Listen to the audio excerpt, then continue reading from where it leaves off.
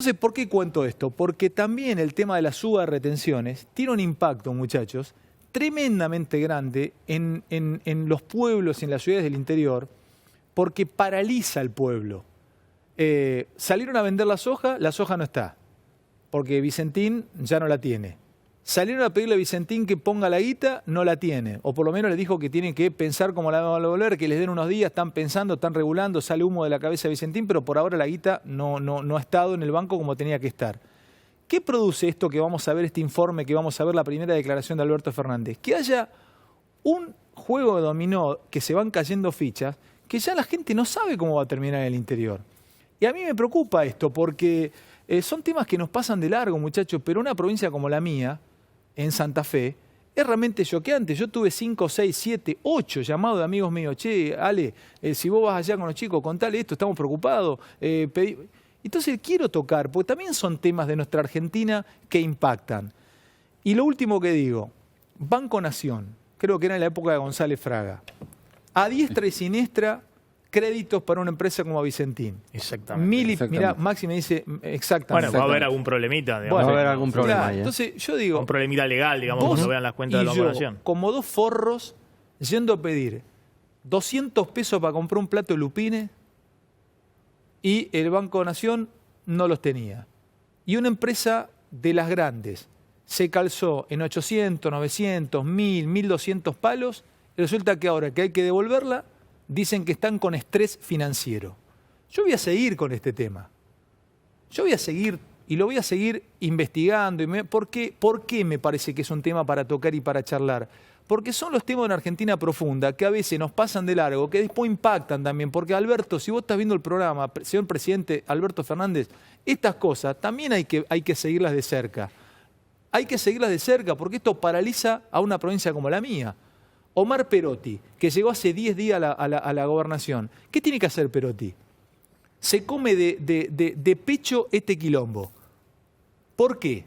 ¿De qué manera?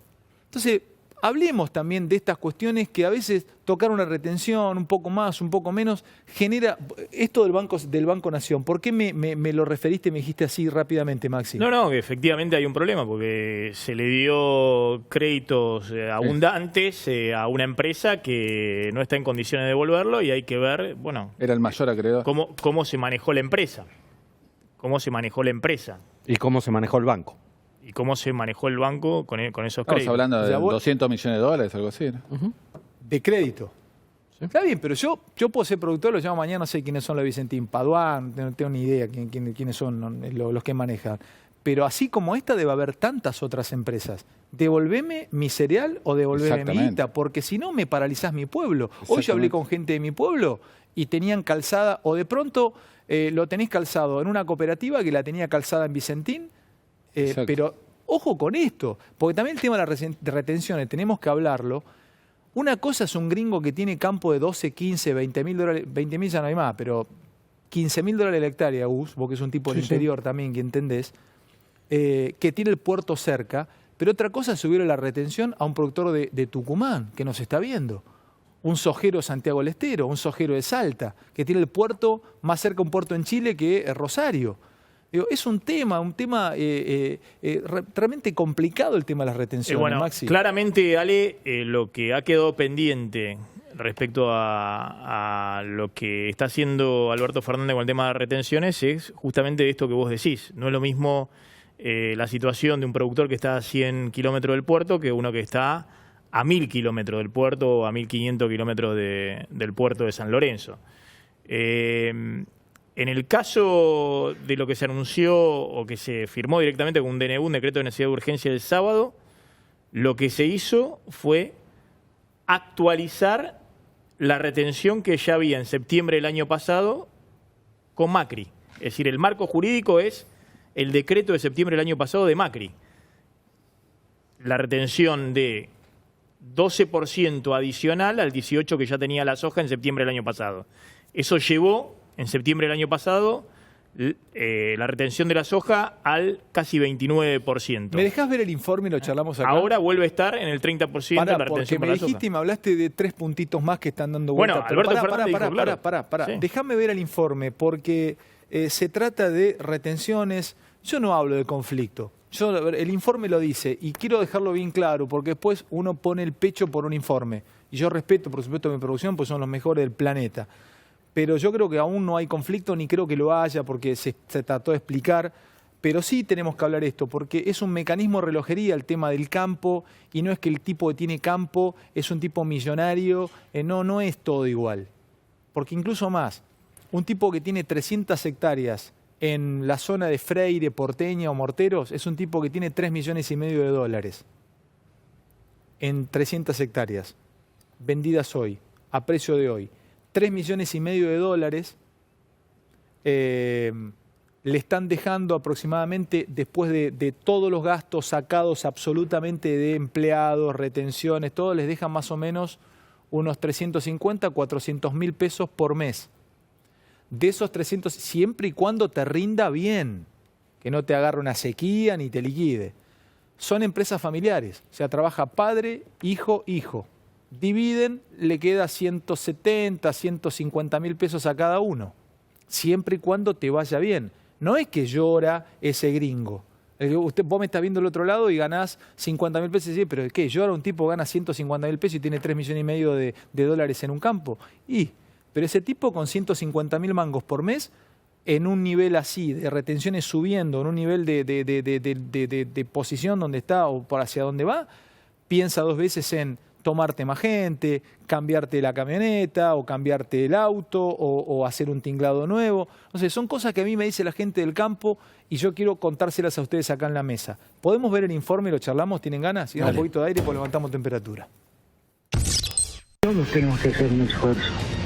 Y el campo también. La relación con el campo va a ser de mucho diálogo. Es lo que había dicho en las últimas horas el flamante ministro de Agricultura, Luis Basterra. Pero paradójicamente, el gobierno aumentó las retenciones un 30% y provocó la reacción de algunas entidades agrarias. En verdad nosotros lo único que estamos haciendo es dejando en pie las retenciones que existen, quitándole una limitación que Macri había puesto en su momento cuando el dólar valía la mitad de lo que vale. No estamos aumentando ninguna retención. Bueno, básicamente fue una actualización mal explicada por el gobierno que causó cierto estupor, especialmente en la prensa tradicional. Titularon de una manera sorpresiva, dijeron, o reacción del campo, fuerte aumento. Y la verdad que nada de eso es así. El tema es que cuando tenés que salir a explicar algo después de haber generado la emoción en contra, se hace muy difícil. Ellos gobiernan y dicen que era lo que tenían que hacer, pero bueno, por supuesto dijimos que esto no era lo que habíamos estado hablando en su oportunidad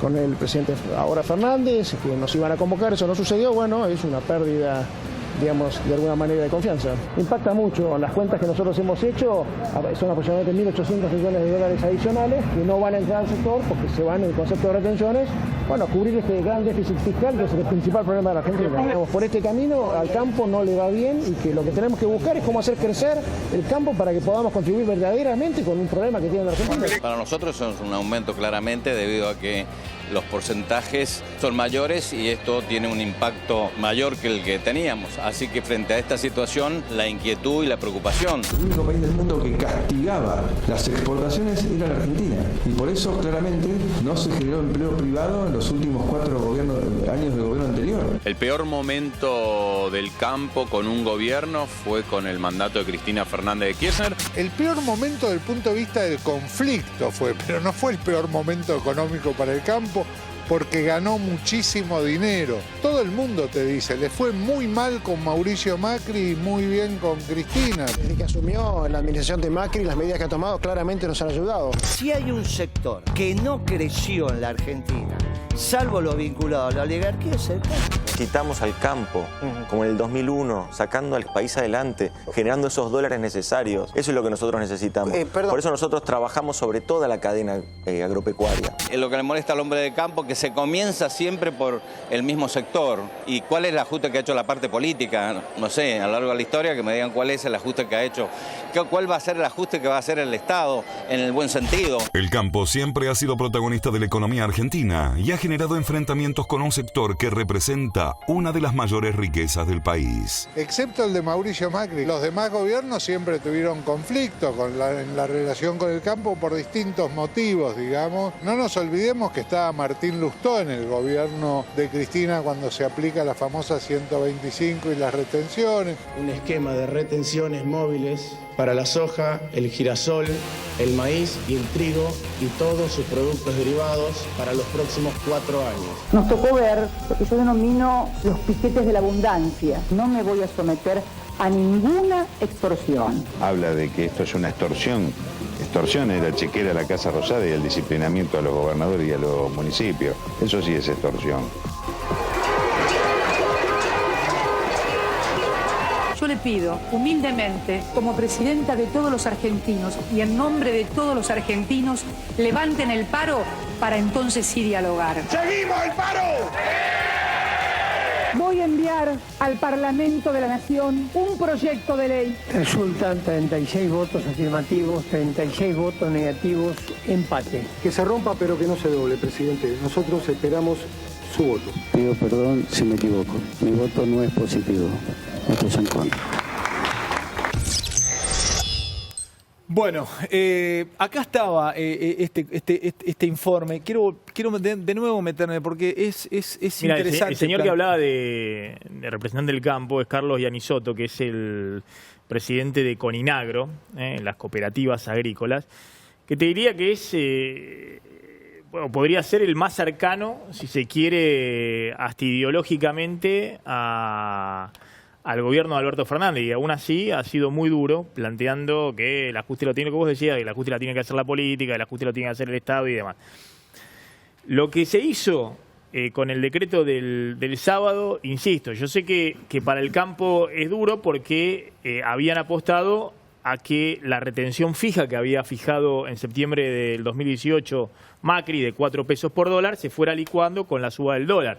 Entonces, si nadie hacía nada, efectivamente, tanto en soja como en otros cereales, las retenciones que estaban pagando iban a ir bajando. Pero ahora, ¿cómo el porcentaje que está, mira, ¿es el que queda o va a seguir? No, ahora queda ese porcentaje del 30% para la soja y del 12% para el trigo y el maíz. Lo que sucede es que además de eso, que ya te digo, es exactamente, prácticamente la misma foto que había en septiembre del año pasado. En septiembre del año pasado, ¿qué pasó en septiembre de 2018? Macri, que venía con un sendero de baja de las retenciones a la soja y había eliminado las retenciones al trigo y al maíz, había 0 retención para el trigo y maíz, llega el segundo acuerdo con el Fondo Monetario, el Fondo Monetario le dice, ¿querés el resto del desembolso? Aplicá un ajuste fiscal. Y Macri generaliza las retenciones para todos los sectores, no solamente para el campo, sino para el que exporta software, para la industria, para todos. Y le pone una retención fija de 4 pesos por dólar a la soja y de 4 pesos por dólar al trigo del maíz. En ese entonces, el dólar estaba en 36 pesos, 37 pesos, los 4 pesos por dólar te daba una alícuota de 11% adicional, sobre la soja, que tenía 18% más el 11%, da 29% la retención de la soja total. En el caso del trigo y maíz, tenía 0% de retención, 4 pesos por dólar, te daba con el dólar a 36 pesos, 4 pesos era 11%, trigo y maíz pasaron a tributar 11%. ¿Qué fue sucediendo? Como el dólar fue subiendo, ahora el dólar está en 60, no está en 36 como estaba entonces, esos 4 pesos por dólar se fue licuando. Representaban una menor carga tributaria respecto al valor del dólar. Entonces, en el caso de la retención de la soja, en vez de ser 29% la retención total para la soja que había en septiembre del año pasado, bueno, había caído a 25% la retención de la soja. ¿Por qué hablaste cuando arrancaste la noche, asustaste a más de uno del otro lado del interior del campo, le dijiste que podía haber más puntos de... Bueno, porque hoy lo dijo Alberto Fernández. Evidentemente este era un plan en 2 etapas con el tema del campo. Una era este plan inicial, que es... Actualizamos, volvemos con el mismo decreto de Macri. Eliminamos la suma fija de 4 pesos por dólar y usamos el 12% como tope que había utilizado Macri. Entonces, la soja vuelve al 30% y trigo y maíz tiene 12% de retención. Pero Alberto Fernández dijo que ahora quiere discutir con la mesa de enlace que ellos van a proponer en la ley que va a ser mañana enviada al Congreso, un aumento de 3 puntos adicionales para todos los cereales. Más 3 puntos más. Claro, o sea que la soja sería de 30 a 33% y en el caso del trigo y maíz del 12 al 15%. Para tener la facultad de hacerlo, no para hacerlo inmediatamente. Dice que quiere para discutirlo. Tener la facultad de dice hacerlo. que quiere discutirlo con las entidades del campo. La máxima retención que tuvo la soja fue 35%. 35, exactamente. Ahí lo podés ver. Pero los precios eran mayores de la soja en ese momento. Dos cosas. Digo, lo que Maxi acaba de explicar, vos lo podés ver mitad lleno, mitad vacío. El gringo puede decir, bueno, si en última instancia el tope máximo que tienen para aplicar es 33, no se van a poder zafar por arriba de eso, y aunque no es una buena noticia, tampoco es tan mala, pero también puede ver la mitad vacía, de decir, che, de 24, 25 que venía pagando hasta hace unos días, puedo llegar a pagar 33. Por lo tanto, un minutito nada más. Yo digo, es bueno tener el tono del presidente y del jefe de gabinete para no defender bien el mal y mal el bien. ¿Cómo Claro. es eso? ¿Sabes por qué? Porque a mí me parece que el presidente y el jefe de gabinete utilizaron el tono adecuado. Dijeron, estas medidas no son fáciles, pedimos la colaboración, etcétera. Pero hay otros, de un lado y del otro de la grieta, por decirlo así, que se quedaron con el espíritu de la 125 cuando lo que más necesitamos es la 521. ¿Entendés? Digo, ¿por qué? Porque como pasaron cosas... No es el mismo... Entonces, viste, yo diría...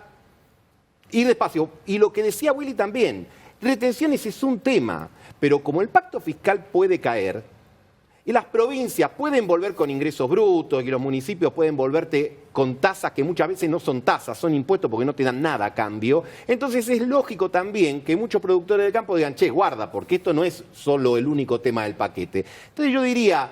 Lo del sábado no fue ni la reforma agraria que salían los más exaltados de las voces de algunos dirigentes a plantear, ni tampoco es una cuestión que tenga que ser pasada de largo. Lo que pasa es que Willy Laborda te decía que los precios del cereal o de la soja hace unos años no es el de ahora. Claro.